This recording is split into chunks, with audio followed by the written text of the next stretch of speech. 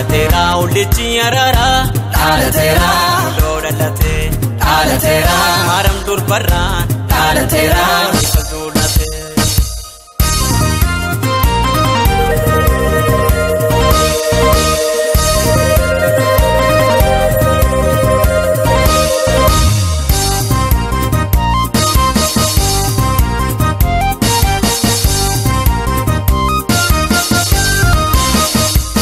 Dhalachuu isaatini abaarsi cabeera erganni dhalate ebbinuuf ta'eera.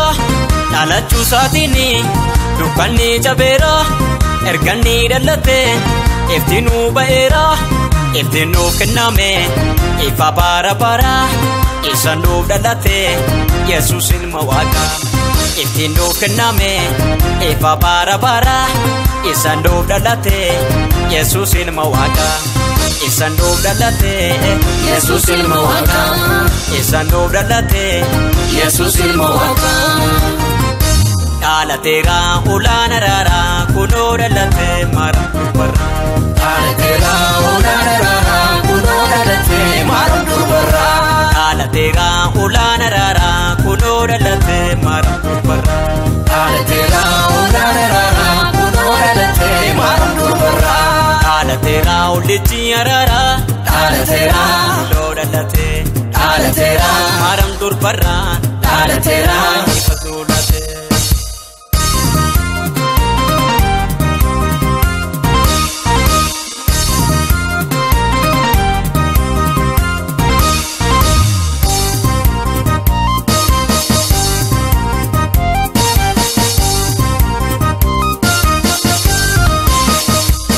Raajiin dubbatame kunoo raawwatame ullichi arara kunoo kadhalate.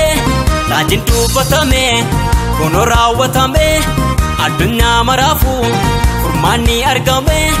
Abdii nama nduma jireenya kan laatu kanaaf sabni hundumtus eessatti gammadu. Abdii nama nduma jireenya kan laatu kanaaf sabni hundumtus eessatti gammadu. Kanaaf sabni hundumtus eessatti gammadu. Kanaaf sabni hundumtus eessatti gammadu. Dhalateera ulaan araara kunoo dhalate mara durbarra. Dhalateera ulaan araara kunoo dhalate mara durbarra. Dhalateera ulaan araara kunoo dhalate mara durbarra. Dhalateera ulaan araara kunoo dhalate mara durbarra. Dhalatera ullichi arara Dhalatera Lodalate Dhalatera Maram durbarra Dhalatera Ifadulate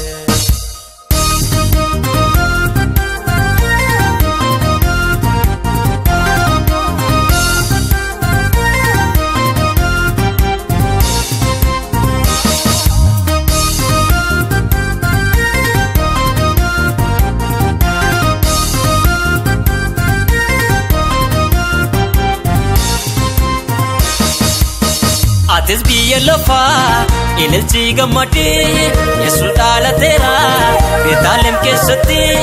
Atis biyya lafaa ililchi gammadee Yesuus dhalateera Beetaalem keessatti. Bakka namaan tolleetti muraa loonii keessatti Yesuus dhalateera Maariyaam durbarra.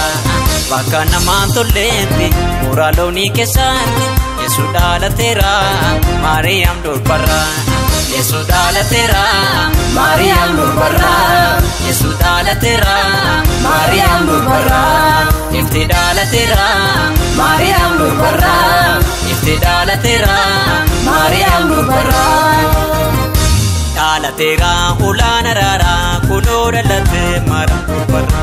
Dhalateera ulaan araara kunoo dhalate mara durbarra. Dhalateera ulaan araara kunoo dhalate mara durbarra.